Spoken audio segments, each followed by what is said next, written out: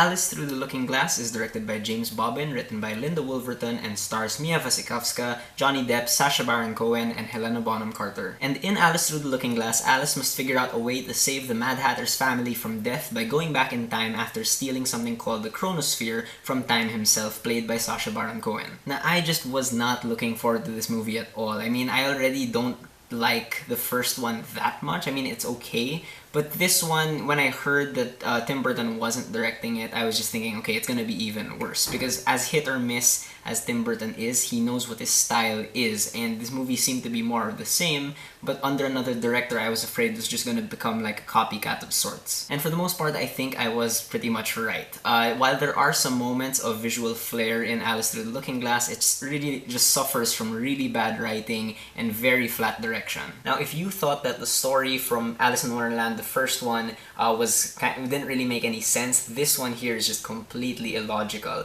Like, to the point that I personally don't think that most of the events in this movie had to happen. Because this movie really sees Alice bouncing around through different time periods in Underland's history. Not even different time periods, just like different moments throughout like a short span of time. And there really is no reason for her to be doing these things, because the way they kind of explain time travel here in this movie, it's not like Alice is in a DeLorean that has to be powered by really rare materials. She really just has to kind of roll the chronosphere, and then she can travel around through time. So I don't know why she didn't do like a Groundhog Day and just try to repeat the same time period to just fix her mistakes. Instead, she keeps jumping to completely separate areas and kind of messes things up even more, because the thing is, the longer that Alice holds onto the chronosphere, the more she endangers Underland. I mean, Time himself warns her because time will become irrelevant and whatnot. But no, she holds onto it, and she's pretty much kind of like the villain in this movie, and not in a good way, because she's pretty much kind of selfish. Like, her actions here are kind of selfish, because she's trying to help the Hatter. Sure, yeah, they're friends,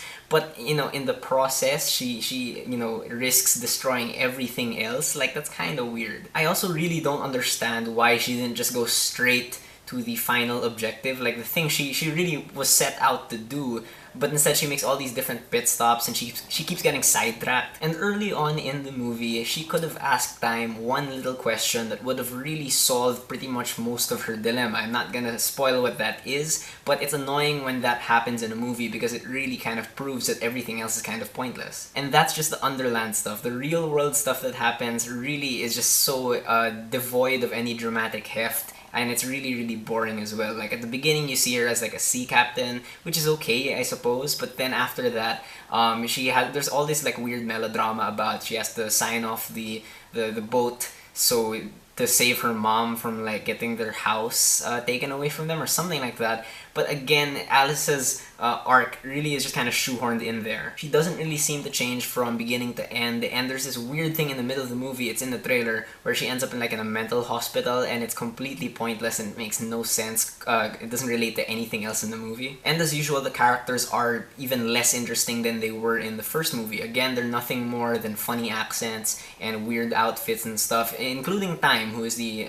main new character in this movie, who also speaks in a funny accent. It sounds like Arnold Schwarzenegger, and he has this outlandish costume. And to make things worse, their dialogue here doesn't have the same rhythm and rhyme that it did in the first movie. In the first movie, it kind of sounded like you were listening to a Lewis Carroll poem, but now it's just sounds like lazy dialogue. But I get it, like the first Alice in Wonderland really wasn't for the story, it was more for the visuals, and in theory this should still work because it's still set in the same world, but the editing by Andrew Weisblum never really allows Underland to really sink into the audience, so we never really have a defined idea of what this place is like, unlike in the first movie. The plot also just kind of lazily skips around, and you never actually feel like different events are taking place in different times. And who would have thought that the thing we needed the most in this movie was Tim Burton's touch, because you can really feel it lacking here, because James Bobbin, he kind of does away with Tim Burton's darker sensibilities, so because of that, the silliness of it all really just comes out and you can't take anything seriously. And one good point that Chris Stuckman pointed out in his review of this movie was the fact that James Bobbin directed the last Muppets movie, and he works well with like live action puppets,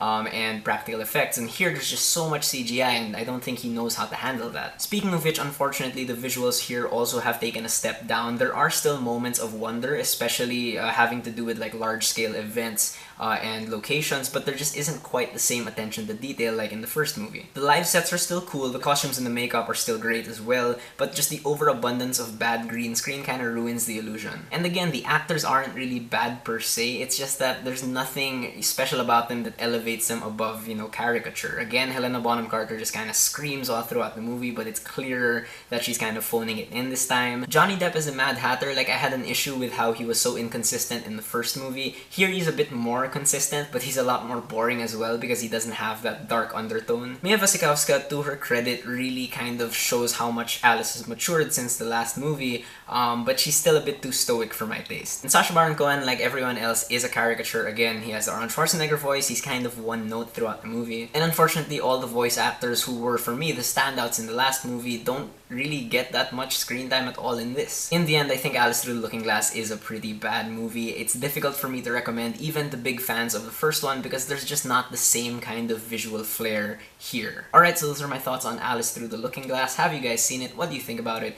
Whether you agree with me or not, please leave me a comment. Let's have a conversation.